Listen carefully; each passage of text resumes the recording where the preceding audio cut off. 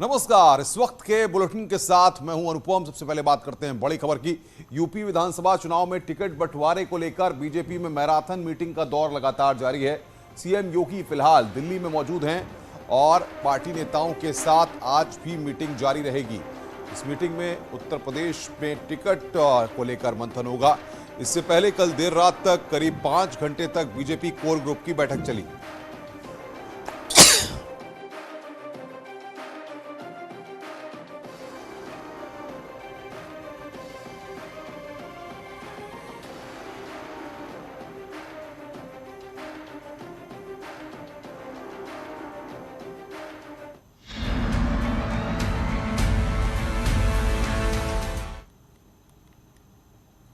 प्रधानमंत्री नरेंद्र मोदी आज अपने संसदीय क्षेत्र वाराणसी के पार्टी कार्यकर्ताओं से संवाद करेंगे।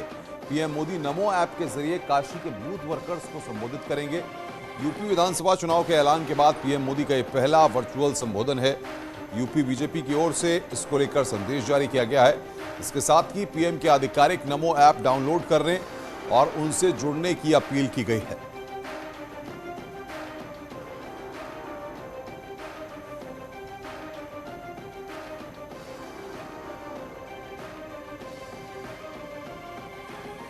नमो ऐप के जरिए 11 बजे प्रधानमंत्री यहां पर बातचीत करेंगे।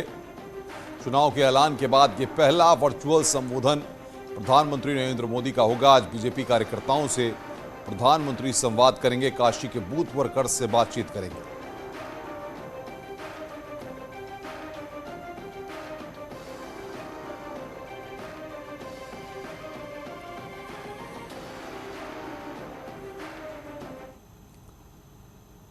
उत्तराखंड के वरिष्ठ नेता और पूर्व मंत्री हरक सिंह रावत आज कांग्रेस में शामिल होंगे। हरक सिंह रावत के साथ उनकी बहू अनुकृति भी कांग्रेस में शामिल होंगी।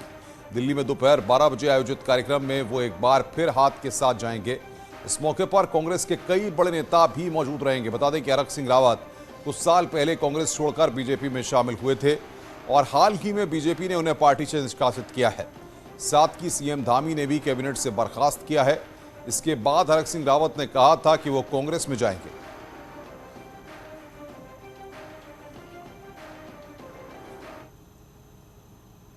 मुख्यमंत्री योगी आदित्यनाथ जब उत्तर प्रदेश के थे उस वक्त का दौर याद कीजिए और आज का दौर याद कीजिए जब उत्तर प्रदेश में मुख्यमंत्री, आपको बताएं कि जिस तरीके से सीएम योगी ने अखिलेश यादव और समाजवादी पार्टी पर करारा प्रहार किया। उन्होंने आरोप लगाया कि एसपी पेशेवर अपराधियों को गले लगा रही है।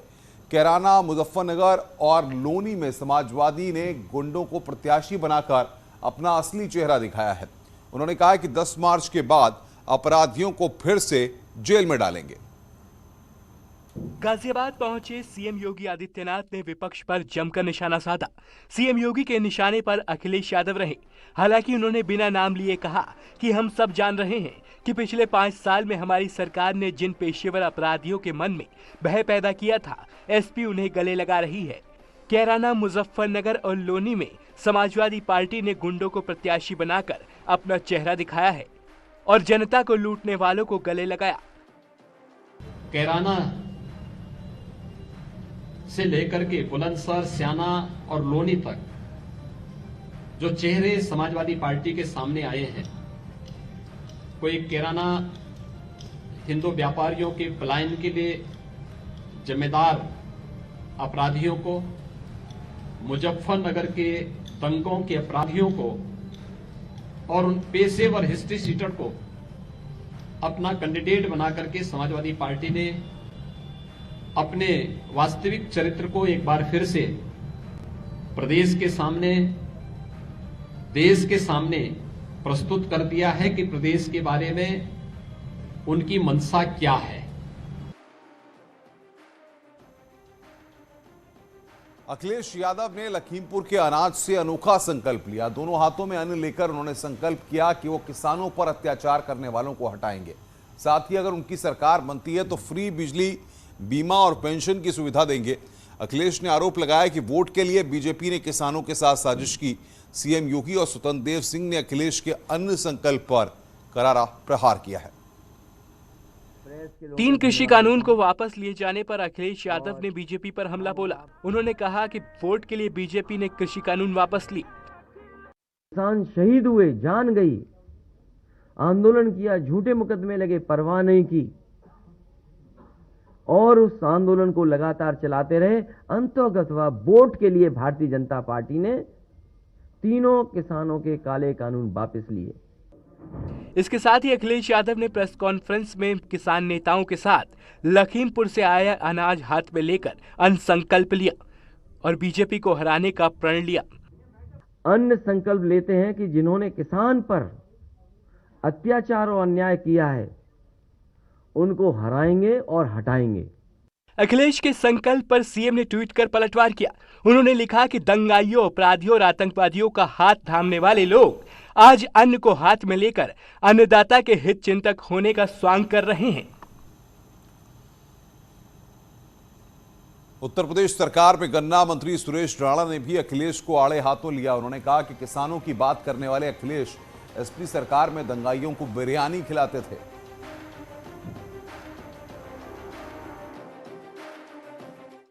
किसानों के हित की बात करने वाली समाजवादी पार्टी को किसानों के हित की फुर्सत कहाँ थी जब वो सत्ता में थे। उस समय उनके पास दंगे कराने के अलावा कुछ और काम नहीं था। 400 दंगे हुए 5 वर्षों के अंदर।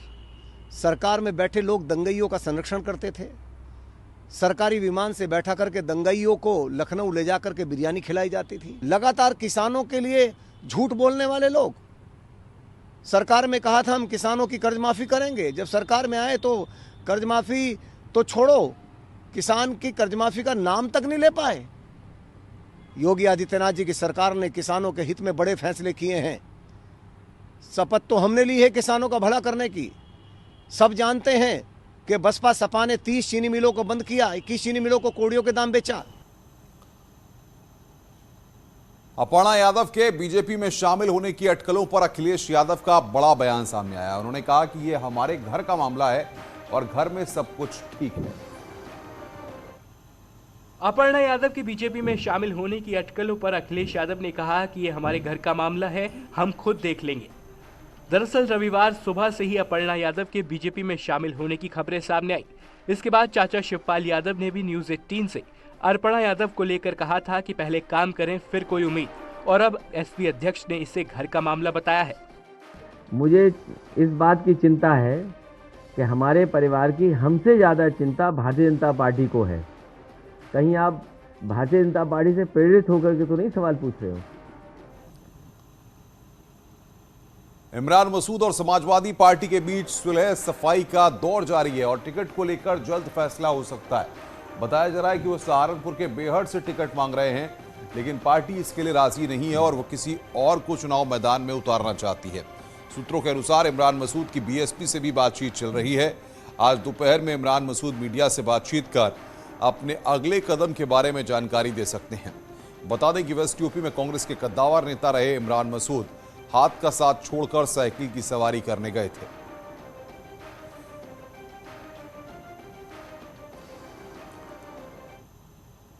इमरान मसूद का अगला कदम क्या होगा यह तो आने वाला वक्त ही बताएगा। इस बीच देर रात से सोशल मीडिया पर एक वीडियो जमकर वायरल हो रहा है, जिसमें इमरान मसूद काफी निराश नजर आ रहे हैं।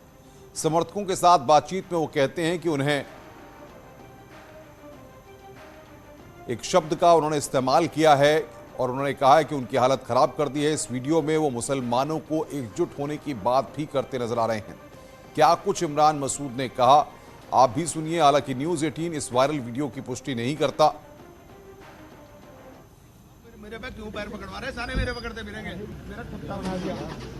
अरे दूसरों के पैर पकड़वा रहे, तुम मुसलमान सीधे जाओ। मेरे पे क्यों पैर पकड़वा रहे? सारे मेरे पकड़ते फिरेंगे, मेरा कुत्ता बना दिया। अरे दूसरों के पैर पकड़वा रहे, तुम मुसलमान सीधे जाओ। मेरे पे क्यों पैर पकड़वा रहे? सारे मेरे पकड़ते फिरेंगे, मेरा कुत्ता बना दिया।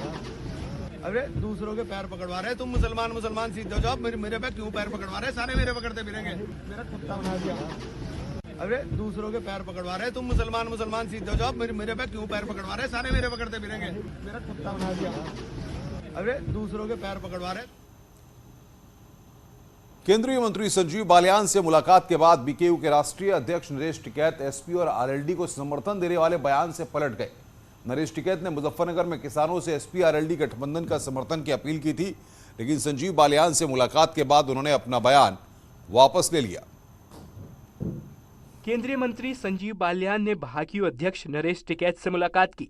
संजीव बालियान नरेश टिकैत के गांव पहुंचे और उनके आवास पर उन्होंने टिकैत के स्वास्थ्य का हालचाल लिया। चुनावी माहौल में इस मुलाकात के कई मायने निकाले जा रहे हैं। वहीं इस बीच नरेश टिकैत अपने बयान से पलटते दिखाई दिए। वैसे तो कोई आए नहीं रहे, ये गठबंधन वाले आए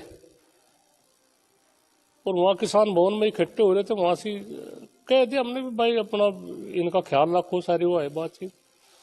पर एक जो किसी भी पार्टी का होगा जो कर पहले टिकैत साहब के जमाने से है या जो आते हैं, हम तो अपना वो का वही बना कर रखेंगे। पहले उन्होंने कहा था कि हम SPRLD को समर्थन देंगे। भाई आप लोगों की परीक्षा की घड़ी इस गठबंधन का बगल जो कोई भी जाओ उसे उषा मंदरामन पे जो कुछ भी तरीका अपनाना हो, रिक्वेस्ट का यह हो तो।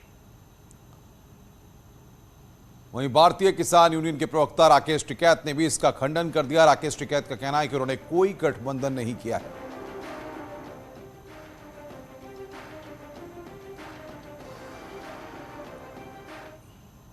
समर्थन नहीं है हमारा, अपना चुनाव लड़े सब लोग। हमारे पास में सब लोग आते हैं वहाँ पे, हम सबको यही कहते हैं चुनाव लड़ो, अपना शांति से लड़ो। जो इस बार मतलब क्या यूपी में क्या किस तरीके का? नहीं अभी नहीं, लोग अपने हिसाब से दे लेंगे। भाई धान बिक गया हो तो इनको वोट दे लियो और नुकसान हो जाओ तो किसी दूसरे को देगा। तो नाराजगी के आधार पे वोट लोग देते हैं। नाहिद हसन की बहन ने फेसबुक पोस्ट कर कैराना से अपने भाई का टिकट कटने का खंडन किया है। उन्होंने लिखा है कि राष्ट्रीय अध्यक्ष अखिलेश यादव और पूरी समाजवादी पार्टी हमारे साथ है। भाई ही उम्मीदवार होंगे और जल्द ही आपके बीच होंगे। आप सभी से दुआओं की अपील है। मैं सिर्फ भाई के लिए प्रचार कर रही हूं। मैं आपके सुख दुख में हमेशा खड़ी हूं और हमेशा खड़ी रहूंगी। आप सभी साथियों को घबराने और परेशान होने की जरूरत नहीं है। कैराना विधानसभा से भाई नाहिद हसन ही उम्मीदवार हैं और रहेंगे। ये सब घबराहट से साफ पता चल रहा है कि सरकार जाने वाली है। झूठ ज्यादा दिन नहीं चलता।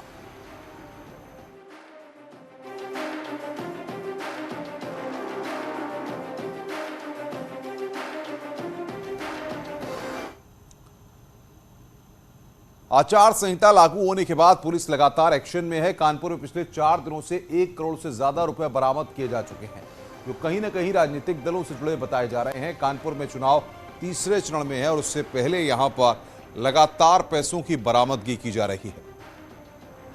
आचार संहिता लागू हो जाने के बाद से फ्लाइंग स्क्वाड्स और पुलिस भी सक्रिय हो चली है। पिछले 4 दिनों के अंदर लगातार चेकिंग अभियान चल रहा है और इन चेकिंग अभियान में 1 करोड़ से ज़्यादा रुपया पुलिस ने बरामद कर लिया है। किसी की गाड़ी से तो किसी के डिक्की से, किसी के डैशबोर्ड से।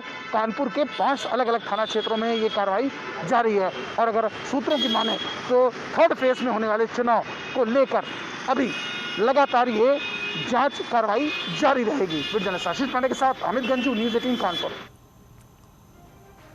कानपुर में जबरन धर्मांतरण कराने की कोशिश का मामला सामने आया और दबाव डालने का आरोप महिला के पति पर ही है।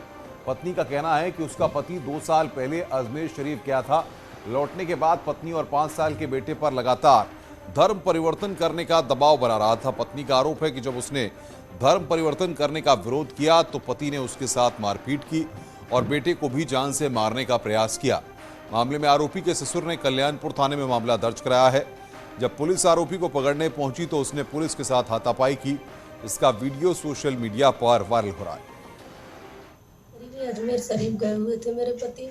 वहां से लौटने के बाद मैंने इनके रहन सहन में बदलाव देखा कि ये टोपी लगाते हैं, नमाज पढ़ते हैं, रोजा रखते हैं। की कोशिश करी तो इन्होंने मुझसे लड़ाई झगड़ा आए दिन करते थे, मुझे रोज प्रताड़ित करते थे।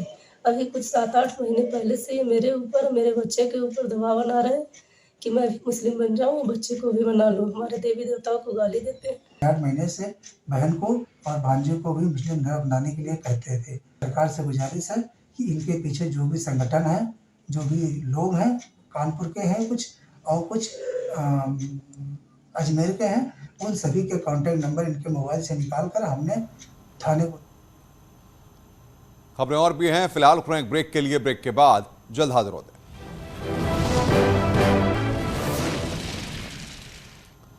स्वागत है। ब्रेक के बाद कानपुर में पुलिस फायरिंग में एक चोर को गोली लगी। उसे इलाज के लिए हेरिटेज अस्पताल में भर्ती कराया गया। दरअसल अमेरिका में रह रहे एक शख्स का श्यामनगर में मकान बना हुआ था।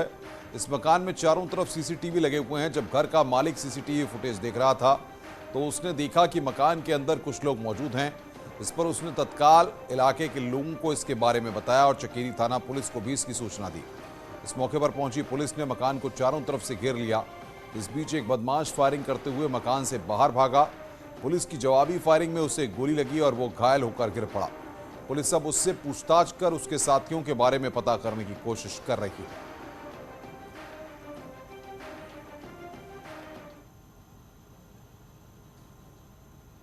जो श्यामनगर चौकी क्षेत्र के अंतर्गत आता है, वहाँ पे कुछ बदमाश आ गए थे चोरी के मकसद से, क्योंकि सूचनाकर्ता जिनका घर है वो अमेरिका में रहते हैं।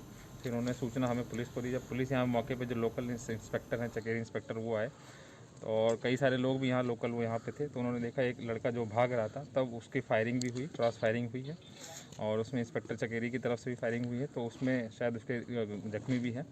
उसको हम लोगों ने उतार के हॉस्पिटल लेके गए हैं। हॉस्पिटल में अभी उसको एडमिट करा है, इलाज चल रहा है, अभी ठीक है, उसकी स्थिति ठीक है। खबरें और भी हैं, फिलहाल ब्रेक के लिए, ब्रेक के बाद जल्द हाजिर होते हैं।